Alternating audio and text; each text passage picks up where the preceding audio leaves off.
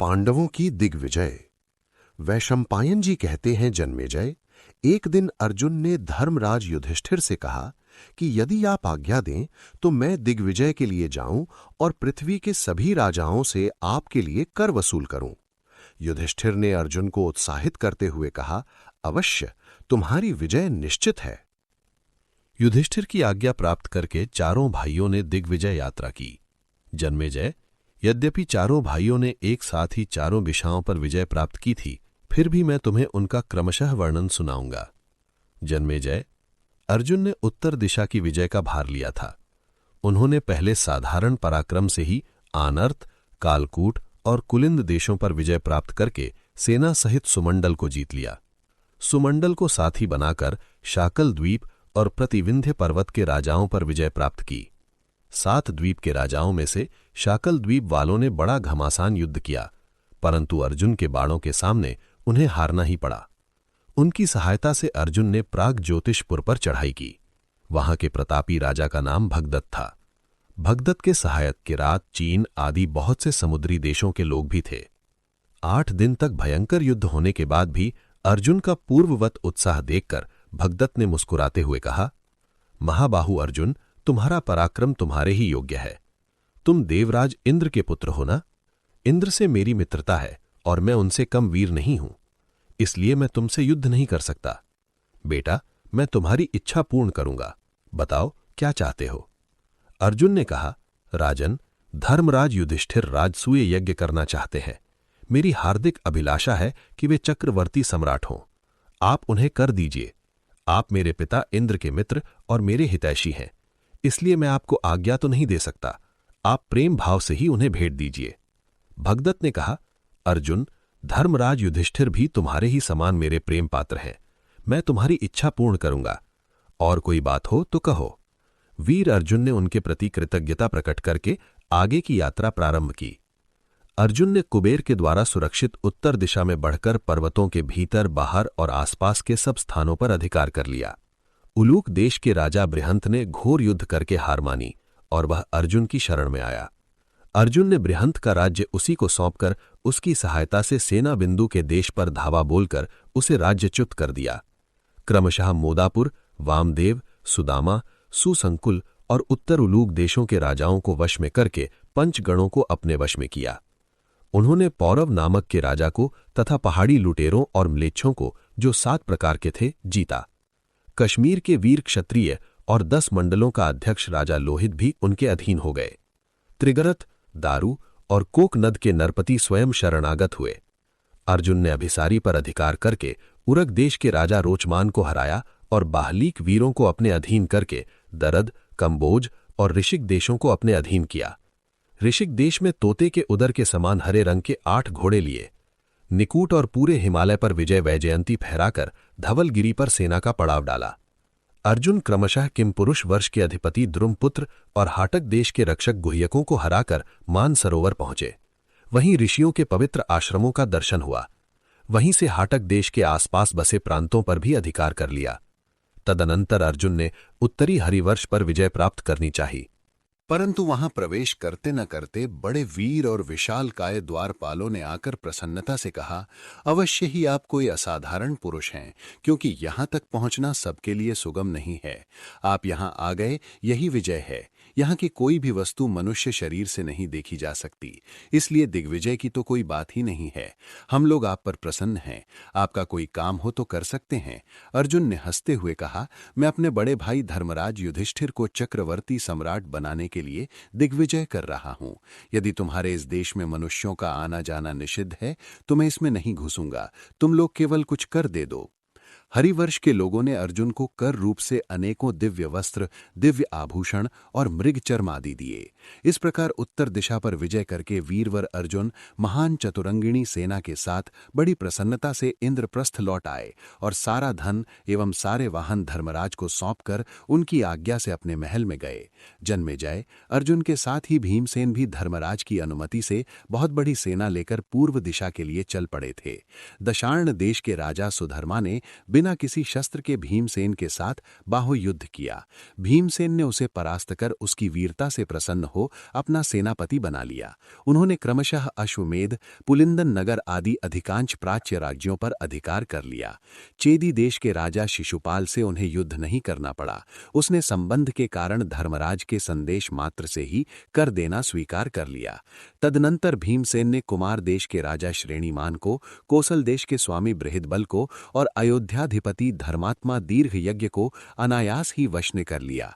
तत्पश्चात उत्तर कोसल, मल्ल देश और हिमालय तटवर्ती जलोद्भव देश के प्रांत अपने अधीन किए। काशीराज सुबाहु, सुपार्श्व, राजेश्वर कृत, मत्स्य एवं मल्ल देश के वीरों एवं वसुभूमि को भी अपने अधिकार में कर लिया। पूर्वोत्तर के देशों में मदधार, सोमधे एवं वत्स देश को भी उन्होंने ही अपने कब्जे में किया था। भर्गदश के स्वामी निषाद राज और मणिमान पर विजय प्राप्त करके दक्षिण मल्ल और भोगवान पर्वत पर भी उन्होंने कब्जा कर लिया।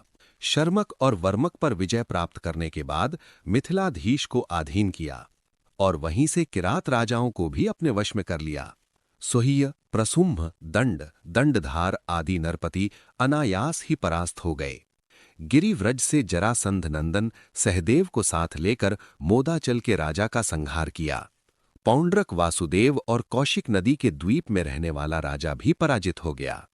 वंग देश के राजा समुद्रसेन, चंद्रसेन, करवटाधिपति ताम्रलिप्त और सभी समुद्र तटवर्ती म्लेच्छ भी उनके अधीन हो गए। इस प्रकार अनेक देशों पर विजय प्राप्त करके वीर भीमसेन लौहित्य के पास आए। समुद्र तट और समुद्र के टापुओं में रहने वाले म्लेच्छों ने बिना युद्ध के ही उन्हें तरह तरह के हीरे, मोती, मणिमाणिक्य, सोना चांदी, ऊनी सूती वस्त्र आदि दिए। उन्होंने धन से भीमसेन को संतुष्ट कर दिया। भीमसेन सब धन लेकर इंद्रप्रस्थ लौट आए और उन्होंने बड़े प्रेम से सारा का सारा धन अपने बड़े भाई धर्मराज को सौंप दिया। जन्मेजय, उसी समय सहदेव ने भी बहुत बड़ी सेना के साथ दिग्विजय के लिए दक्षिण की यात्रा की थी। उन्होंने क्रमशः मथुरा, मत्स्य देश और अधिराज के अधिपतियों को वश में करके करद सामंत बना लिया। राजा सुकुमार और सुमित्र के बाद द्वितीय मत्स्य और पटच्चरों को जीता और बलपूर्वक निषाद भूमि, गोश्रृंग पर्वत और श्रेणीमान राजा को अपने वश में कर लिया। नर राष्ट्र पर विजय प्राप्त कर लेने के बाद कुंती भोज पर आक्रमण किया और उन्होंने सहर्ष धर्मराज का शासन स्वीकार कर लिया। इसके बाद सहदेव नर्मदा की ओर बढ़े। उधर उज्जैन के प्रसिद्ध वीर विंद और अनुविंद को हराकर वश में कर लिया। नाटकीय और हेरंबकों को परास्त कर मारुध तथा मुंज ग्राम पर अधिकार कर लिया। उन्होंने क्रमशः अर्बुद, वातराज और पुलिंदों को हराकर पांड्य नरेश पर विजय प्राप्त की और किष्किंधा के मैंद एवं द्विविद को जीता तथा माहिष्मती पर धावा बोल दिया। भयंकर युद्ध के बाद महाराज नील उनके करद सामंत बन गए। आगे बढ़कर त्रिपुर रक्षक और पौरवेश्वर को वश में किया। सुराष्ट्र देश के स्वामी कौशिकाचार्य आकृति पर विजय प्राप्त करके भोजकट के रुक्मी और निषद के भीष्मक के पास दूत भेजा। उन लोगों ने श्रीकृष्ण के संबंध के कारण बड़े प्रेम से सहदेव की आज्ञा मान ली। वहां से चलकर शूरपारक, तालाकट, दंडक और समुद्री टापुओं को अपने अधीन करते हुए म्लेच्छ, निषाद, पुरुषाद, कर्णप्रावरण एवं कालमुख संज्ञक मनुष्य तथा राक्षसों पर विजय प्राप्त की। कोल्लाचल, सुरभिपट्टन, ताम्रद्वीप और राम पर्वत उनके वश में हो गए। राजा तिमिंगिल, जंगली केरल, एक पैर वाले पुरुष तथा संजयंती नगरी उनकी हो गई। पाषंड और करहाटक भी अलग नहीं रह गए। पांड्य, द्रविड़, उंड केरल, आंध्र, तालवन, कलिंग, उष्ट्रकर्णिक, आठवीं पुरी और आक्रमणकारी यवनों की राजधानियां भी उनके वश में हो गईं। सहदेव ने दूत के द्वारा लंकाधिपति के पास संदेश भेजा और विभीषण ने बड़े प्रेम से उसे स्वीकार कर लिया। सहदेव ने इसे भगवान श्री कृष्ण की ही महिमा समझी। सभी स्थानों से उन्हें अनेकों प्रकार की वस्तुएं उपहार के रूप में प्राप्त हुई थीं। सब कुछ लेकर सबको सामंत बनाकर बड़ी शीघ्रता से बुद्धिमान सहदेव इंद्रप्रस्थ लौट आए और सारी वस्तुएं धर्मराज को सौंपकर वे सुखपूर्वक इंद्रप्रस्थ में रहने लगे। जन्मेजय, नकुल ने भी उसी समय बड़ी भारी सेना लेकर पश्चिम दिशा की विजय के लिए प्रस्थान किया था। स्वामी कार्तिकेय के प्यारे धन, धान्य, गोधन आदि से परिपूर्ण रोहितक देश में वहां के मत्त मयूर शासकों के साथ उनका घोर संग्राम हुआ। अंत में नकुल ने मरुभूमि, शहरी शक और अन्न के भंडार महेत्य देश पर पूर्ण अधिकार कर लिया। राजर्षि आक्रोश को वश में करके दशाण, शिबी, त्रिगर्त, अंबष्ठ, मालव, पंचकरपट, मध्यमक, वाटधान और द्विजों को जीत लिया। वहां से लौटकर पुष्कर वन के निवासी उत्सव संकेतों को, सिंधु तटवर्ती गंधर्वों को तथा सरस्वती तटवर्ती शूद्रों और आभीरों को वश में कर लिया। संपूर्ण पंचनद, अमर पर्वत, उत्तर ज्योतिष, दिव्यकट नगर और द्वारपाल उनके अधिकार क्षेत्र में आ गया। पश्चिम के रामठ, हार और हूण आदि राजा नकुल की आज्ञा मात्र से उनके अधीन हो गए। द्वारकावासी यदुवंशी और श्री कृष्ण ने बड़े प्रेम से नकुल का शासन स्वीकार किया। नकुल के मामा शल्य भी प्रेम से उनके अधीन हो गए। सबसे धन रत्न की भेंट लेकर नकुल ने समुद्र के टापुओं में रहने वाले भयंकर म्लेच्छ, पहलव, बर्बर, किरात, यवन और शक राजाओं को वश में किया। सभी से सुंदर सुंदर वस्तुओं की भेंट लेकर वे खांडव प्रस्थ लौट आए। नकुल ने कर और उपहार में जो धनराशि प्राप्त की थी उसे 10,000 हाथी बड़ी कठिनाई से ढो सकते थे। इंद्रप्रस्थ में आकर उन्होंने वरुण द्वारा सुरक्षित और श्री कृष्ण द्वारा अधिकृत पश्चिम दिशा की जीत का सारा धन अपने बड़े भाई युधिष्ठिर को सौंप दिया। राजसूय यज्ञ का प्रारंभ। वैशंपायन जी कहते हैं, जन्मेजय, युधिष्ठिर की सत्यनिष्ठा, प्रजा पालन में अनुराग और शत्रु संहार देखकर सारी प्रजा अपने आप अपने अपने धर्म का पालन करने लगी। शास्त्र के अनुसार कर की वसूली और धर्मपूर्वक शासन करने से समय पर मनचाही वर्षा होने लगी। राष्ट्र सुख समृद्धि से भर गया। राजा के पुण्य प्रभाव से खेती बाड़ी, व्यापार और गोरक्षा ठीक ठीक होने लगी। प्रजा में परस्पर की धोखेबाजी, चोरी और लूट का नाम भी नहीं था। राजकर्मचारी झूठ नहीं बोलते थे। धर्मराज के धर्माचरण से अतिवृष्टि, अनावृष्टि, रोग, अग्नि आदि का भय न रहा। लोग उनके पास भेंट देने या प्रिय कार्य करने के लिए ही आते, युद्ध आदि के लिए नहीं। धर्मानुकूल धन की आमदनी से कोष भरा पूरा एवं अक्षय हो रहा था। जब धर्मराज ने देखा कि मेरे अन्न, वस्त्र, रत्न आदि के भंडार सर्वथा पूर्ण हैं, तब उन्होंने यज्ञ करने का संकल्प किया। मित्रों ने उनसे अलग अलग और इकट्ठे होकर भी आग्रह किया कि यही यज्ञ करने का शुभ समय है। अब शीघ्र ही यज्ञ आरंभ कर देना चाहिए। जिन दिनों लोगों का आग्रह सीमा पर पहुंच गया था, उन्हीं दिनों भगवान श्री कृष्ण स्वयं ही वहां पधार गए। जन्मेजय, भगवान श्री कृष्ण स्वयं ही नारायण हैं। वे ही वेद स्वरूप हैं और बड़े बड़े ज्ञानियों के ध्यान में आने वाले हैं। जड़ चेतनमय जगत में वे सबसे श्रेष्ठ एवं विश्व ब्रह्मांड के उद्गम स्थान तथा प्रलय स्थान हैं। वे भूत, भविष्य, वर्तमान के स्वामी, दैत्यनाशक, भक्तवत्सल एवं आपातकाल में शरण देने वाले हैं। भगवान श्री कृष्ण अपने भक्त युधिष्ठिर पर कृपा करने के लिए असंख्य धन, अक्षय रत्न राशि और महान सेना लेकर रथ की ध्वनि से दिगंतर को मुखरित करते हुए इंद्रप्रस्थ में आ पहुंचे। सबने उनकी अगवानी करके उनका यथोचित सत्कार किया। धर्मराज युधिष्ठिर अपने भाई पुरोहित धौम्य और कृष्ण द्वैपायन आदि ऋषियों के साथ उनके पास गए तथा विश्राम, कुशल प्रश्न आदि के अनंतर उनसे बोले, भैया श्री कृष्ण, यह सारा भूमंडल आपकी कृपा प्रसाद से ही हमारे अधीन हुआ है। बहुत सी धन संपत्ति भी हमें प्राप्त हुई है। ये सब आपके लिए ही है। अब मैं चाहता हूं कि इसके द्वारा विधि पूर्वक हवन और ब्राह्मण भोजन संपन्न हो। अब आप मेरे अभिलषित राजसूय यज्ञ के लिए मुझे अनुमति दीजिए। गोविंद, अब आप यज्ञ की दीक्षा ग्रहण कीजिए। आपके यज्ञ से मैं निष्पाप हो जाऊंगा, अथवा मुझे ही यज्ञ दीक्षा लेने की अनुमति दीजिए। आपकी इच्छा के अनुसार ही सारा कार्य संपन्न होगा।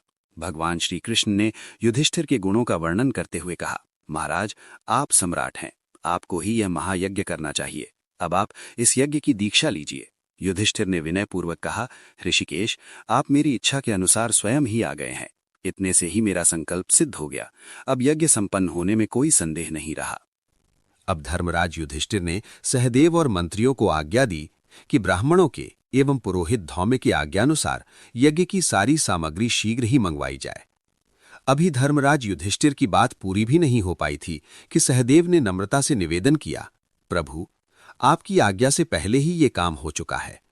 इसी समय महर्षि कृष्ण द्वैपायन तेजस्वी, तपस्वी और वेदज्ञ ब्राह्मणों को ले आए। वे स्वयं यज्ञ के ब्रह्मा बने और सुसामा सामवेद के उद्गाता, ब्रह्मज्ञानी याज्ञवल्क्य अध्वर्य हुए। पैल और धौम्य होता इन ऋषियों के वेद वेदांग पारदर्शी शिष्य एवं पुत्र सदस्य हुए। स्वस्ति वाचन के अनंतर यज्ञ की शास्त्रोक्त विधि के संबंध में परस्पर विचार करके विशाल यज्ञशाला का पूजन किया गया। शिल्पकारों ने आज्ञा के अनुसार देव मंदिरों के समान बहुत से सुगंधित भवनों का निर्माण किया। अब धर्मराज ने सहदेव को यह आज्ञा दी कि निमंत्रण देने के लिए दूत भेजो। सहदेव ने दूतों को भेजते समय कह दिया कि देश के समस्त ब्राह्मण एवं क्षत्रियों को निमंत्रण दे आओ तथा वैश्य और सम्माननीय शूद्रों को साथ ही ले आओ। दूतों ने वैसा ही किया। जन्मेजय, ब्राह्मणों ने ठीक समय पर धर्मराज को राजसूय यज्ञ की दीक्षा दी। उन्होंने सहस्त्रों ब्राह्मण, भाई, सगे संबंधी, सखा, सहबर, समागत क्षत्रिय और मंत्रियों के साथ मूर्तिमान धर्म के समान यज्ञशाला में प्रवेश किया। चारों ओर से वेद वेदांग में निपुण झुंड के झुंड ब्राह्मण आने लगे। उनके निवास के लिए हजारों कारीगरों के द्वारा अलग अलग ऐसे स्थान बनवाए गए थे जो अन्न, जल, वस्त्र आदि से परिपूर्ण एवं सब हितुओं की योग्य सुखकर सामग्री से परिपूर्ण थे। उन निवास स्थानों में ब्राह्मण कथा वार्ता एवं भोजन आदि प्रसन्न चित्त से करते रहते थे। जब देखो वहां यही कोलाहल हो रहा है, दीजिए, दीजिए, लीजिए, लीजिए। धर्मराज युधिष्ठिर ने भीष्म पितामह, धृतराष्ट्र आदि को बुलाने के लिए नकुल को हस्तिनापुर भेजा। उन्होंने वहां जाकर सबको सत्कार पूर्वक विनय के साथ निमंत्रण दिया और वे लोग बड़ी प्रसन्नता से निमंत्रण स्वीकार करके ब्राह्मणों के साथ वहां आए। पितामह भीष्म, आचार्य द्रोणाचार्य, प्रज्ञाचक्षु धृतराष्ट्र, महात्मा विदुर, कृपाचार्य, दुर्योधन आदि सभी कौरव, गांधार देश के राजा सुबल, शकुनी, अचल, वृषक, कर्ण, शल्य, बालीक, सोमदत्त, भूरी, भूरिश्रावा, शल, अश्वत्थामा, जयद्रथ, द्रुपद, धृष्टद्युम्न, शाल्व, भगदत्त, पर्वतीय प्रदेश के नरपति, बृहद्वल, पौंड्रक, वासुदेव, कुंतीभोज, कलिंगाधिपति, वंग, आकर्ष, कुंतल, मालव, आंध्र, द्रविण, सिंहल, काश्मीर आदि देशों के राजा, गौरवाहन, बाहलीक देश के राजा, विराट और उनके पुत्र, मावेल, शिशुपाल और उसके लड़के, सब के सब यज्ञ भूमि में आए। यज्ञ में समागत राजा और राजकुमारों की गणना कठिन है। सभी बहुमूल्य भेंट ले लेकर आए थे। बलराम, अनिरुद्ध, कंक, सारण, गद, प्रद्युम्न, सांब, चारुदेशन, उल्मुख आदि समस्त यादव महारथी भी आए। धर्मराज की आज्ञा से सभी समागत राजाओं को सत्कारपूर्वक अलग अलग स्थानों में ठहराया गया। उनके लिए जो स्थान बनवाए गए थे उनमें खाने पीने की सारी सामग्री, बावलियां और हरे भरे नयन मनोहर वृक्ष थे। स्वागत सत्कार के बाद सब लोग अपने अपने निवास स्थानों में ठहर गए। धर्मराज युधिष्ठिर ने भीष्म पितामह और गुरु द्रोणाचार्य के चरणों में प्रणाम करके प्रार्थना की कि आप लोग इस यज्ञ में मेरी सहायता कीजिए। इस विशाल धनागार को अपना ही समझिए और इस प्रकार कार्य कीजिए जिससे मेरा मनोरथ सफल हो। यज्ञ दीक्षित धर्मराज ने उन लोगों की सम्मति से सबको एक एक कार्य सौंप दिया। दुशासन भोजन संबंधी पदार्थों की देखभाल में, अश्वत्थामा ब्राह्मणों की सेवा शुश्रूषा में और संजय राजाओं के स्वागत सत्कार में नियुक्त किए गए। भीष्म पितामह, द्रोणाचार्य सभी कार्यों और कर्मचारियों का निरीक्षण करने लगे। कृपाचार्य सोने चांदी और रत्नों की देखभाल तथा दक्षिणा देने के कार्य पर नियुक्त हुए। बाहलीक, धृतराष्ट्र, सोमदत्त और जयद्रथ घर के स्वामी की तरह स्थित हुए। धर्म के मर्मज्ञ महात्मा विदुर खर्च करने के काम में और दुर्योधन भेंट में आए हुए पदार्थों को रखने के काम में लगे। भगवान श्री कृष्ण ने स्वयं ही ब्राह्मणों के पांव पखारने का काम अपने जिम्मे लिया। इसी प्रकार सभी प्रतिष्ठित व्यक्तियों ने अपने अपने जिम्मे किसी न किसी सेवा का भार लिया। जन्मेजय, धर्मराज युधिष्ठिर का दर्शन करके कृतकृत्य होने के लिए वहां जितने लोग उपस्थित हुए थे उनमें से किसी ने सहस्र मुद्रा से कम भेंट नहीं दी। सभी चाहते थे कि केवल मेरे ही धन से यज्ञ संपन्न हो जाए। सेना के व्यूह, विचित्र विमानों की पंक्तियां, रत्नों की राशि, लोकपालों के विमान, ब्राह्मणों के स्थान और राजाओं की भीड़ से युधिष्ठिर के राजसूय यज्ञ की शोभा बहुत ही बढ़ गई। धर्मराज युधिष्ठिर का ऐश्वर्य लोकपाल वरुण के समकक्ष था। उन्होंने यज्ञ में 6 अग्नियों की स्थापना करके पूरी दक्षिणा देकर यज्ञ द्वारा भगवान का यजन किया। अतिथि अभ्यागतों को मुंह मांगी वस्तुएं देकर संतुष्ट किया। सबके खा पी लेने के बाद भी बहुत सा अन्न बच रहा। उस उत्सव समारोह में जिधर देखिए उधर ही हीरे मोतियों के उपहार की धूम मची है। महर्षि एवं मंत्र कुशल ब्राह्मणों ने उत्तम रीति से घृत, तिल, शाकल्य आदि की आहुति देकर देवताओं को निहाल कर दिया। दक्षिणा में बहुत सा धन पाकर ब्राह्मण भी संतुष्ट हो गए। जन्मेजय, कहाँ तक कहें, उस यज्ञ से सभी को तृप्ति मिली। भगवान श्री कृष्ण की अग्र पूजा। वैशंपायन जी कहते हैं, जन्मेजय, यज्ञ के अंत में अभिषेक के दिन सत्कार के योग्य महर्षि और ब्राह्मणों ने यज्ञशाला की अंतर्वेदी में प्रवेश किया। नारद आदि महात्मा राजर्षियों के साथ बड़े ही शोभायमान हो रहे थे। वह अंतर्वेदी ऐसी जान पड़ती मानो ताराओं से भरा आकाश ही हो। उस समय वहां ना कोई शूद्र था और ना तो दीक्षाहीन द्विज ही। धर्मराज की राज्य लक्ष्मी और यज्ञ विधि देखकर देवर्षि नारद को बड़ी प्रसन्नता हुई। क्षत्रियों का समूह देखकर उन्हें पहले की वो घटना याद आ गई जो भगवान के अवतार के संबंध में ब्रह्मलोक में हुई थी। उन्हें राजाओं का समागम ऐसा जान पड़ने लगा कि इन रूपों में देवता ही इकट्ठे हुए हैं। अब उन्होंने मन ही मन कमल नयन भगवान श्री कृष्ण का स्मरण किया। देवर्षि नारद सोचने लगे, धन्य हैं सर्वव्यापक, असुर विनाशक, अंतर्यामी भगवान नारायण ने अपनी प्रतिज्ञा पूर्ण करने के लिए क्षत्रियों में अवतार ग्रहण किया है, जिन्होंने पहले देवताओं को ये आज्ञा दी थी कि तुम लोग पृथ्वी में अवतार लेकर संहार कार्य पूरा करो और फिर अपने लोकों में आ जाओ। वही कल्याणकारी जगन्नाथ भगवान श्री कृष्ण यदुवंश में अवतरित हुए हैं। देवराज इंद्र आदि समस्त महान पुरुष जिनके बाहुबल की उपासना करते हैं, वही प्रभु यहाँ मनुष्य के समान बैठे हैं।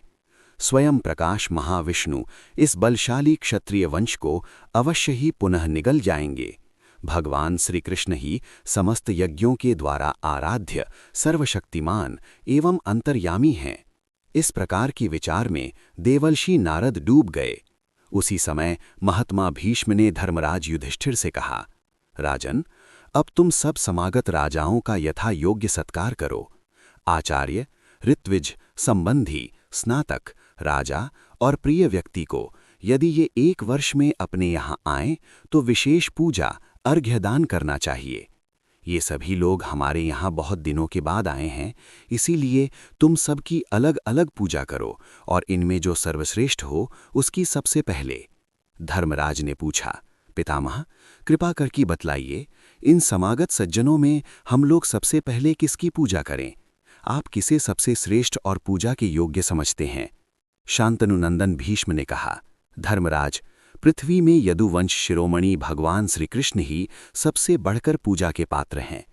क्या तुम नहीं देख रहे हो कि उपस्थित सदस्यों में भगवान श्री कृष्ण अपने तेज, बल और पराक्रम से वैसे ही देदीप्यमान हो रहे हैं जैसे छोटे छोटे तारों में भुवन भास्कर भगवान सूर्य। जैसे तमसाच्छन्न स्थान सूर्य के शुभागमन से और वायुहीन स्थान वायु के संचार से जीवन ज्योति से जगमगा उठता है, वैसे ही भगवान श्री कृष्ण के द्वारा हमारी सभा आह्लादित और प्रकाशित हो रही है। भीष्म की आज्ञा मिलते ही प्रतापी सहदेव ने विधिपूर्वक भगवान श्री कृष्ण को अर्घ्यदान किया और श्री कृष्ण ने शास्त्रोक्त विधि के अनुसार उसे स्वीकार किया। चारों ओर आनंद मनाया जाने लगा।